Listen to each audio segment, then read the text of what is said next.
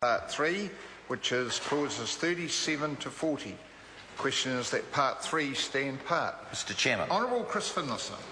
Mr Chairman, these propose a number of amendments to the Intelligence and Security Committee Act 1996, the long title of which provides that it is an act to increase the level of oversight and review of the intelligence and security agencies by establishing the committee.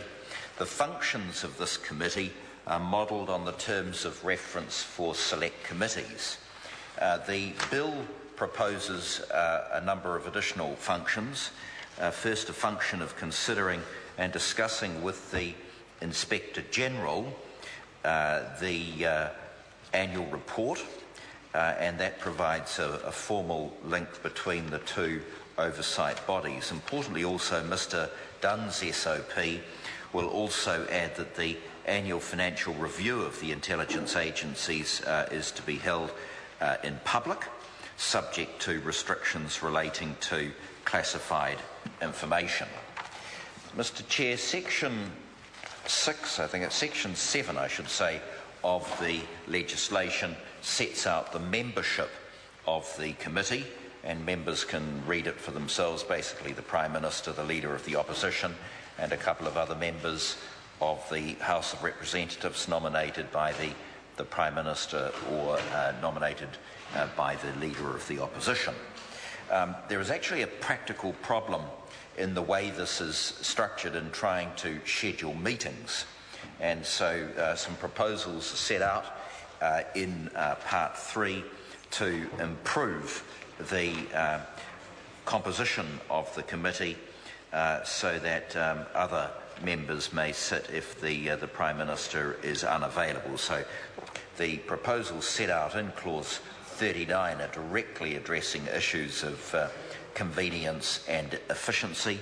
Importantly, the Prime Minister will have to step aside from the chair when the financial performance of an agency takes place if he or she is the responsible minister for the portfolio, and the Prime Minister will also be able to be substituted by the Deputy Prime Minister or yours truly, and the Leader of the Opposition by his or her deputy, which would be a grand opportunity for Mr Robertson while he still holds that position before any leadership purge takes place.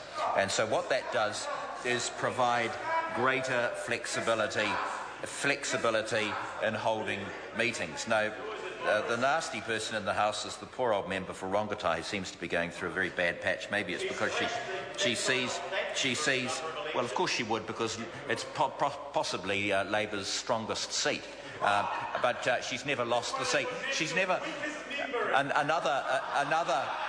Another strong seat, of course, was the seat of Roskill, which Mr Gough lost to Gilbert Miles. The most embarrassing political defeat in history. But anyway, well, Mr Miles beat Mr Gough. A deeply embarrassing situation for Mr Gough, not surprisingly after 6 years as a very low-grade Minister of the Crown in the Longy government. But anyway, let me come to Mr Dunn's. Oh, they've woken up out of their slumber.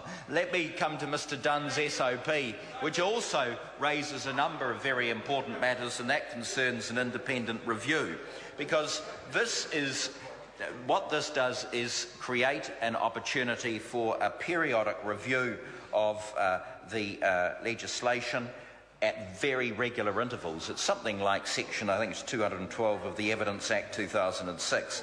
So there'll be a review which has to be commenced before 30 June 2005, and afterwards held at intervals of not shorter than 5 years, not longer than 7 years. So it'll be a regular review, and that will be an extremely important one. There are detailed provisions set out as to the appointment of reviewers, who the reviewers can be, the provision of information to them, and the report of the reviewers. So these are very important provisions to increase oversight, and we've heard a lot of things from the Labour Party about the need for a review, but we're not talking about one review.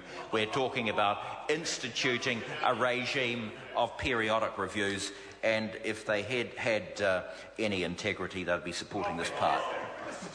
Grant Robertson. Mr. Chair, I rise to speak on Part 3 of the bill, but as the Minister and the